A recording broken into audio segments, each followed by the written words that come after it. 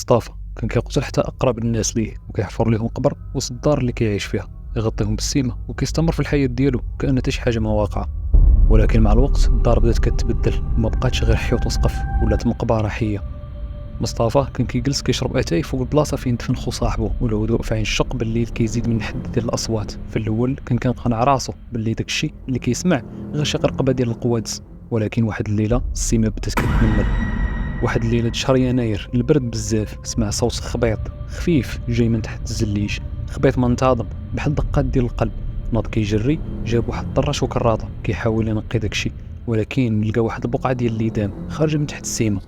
واخا داز عليها عام الاصوات بدا كيسمع همس بسميتو مصطفى مصطفى مصطفى. جاي من كل بلاصه كاينه في الحيوط.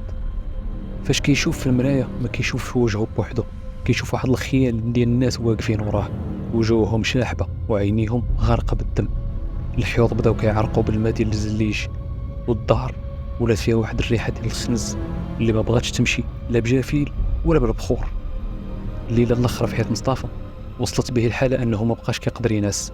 في واحد الليله ديال ليل الجمعه تفرقعت واحد البلاصه في الكوزينه، وخرجت منها واحد اليد ميته يابسه ولكنها شاده فيه بواحد القوه كبيره.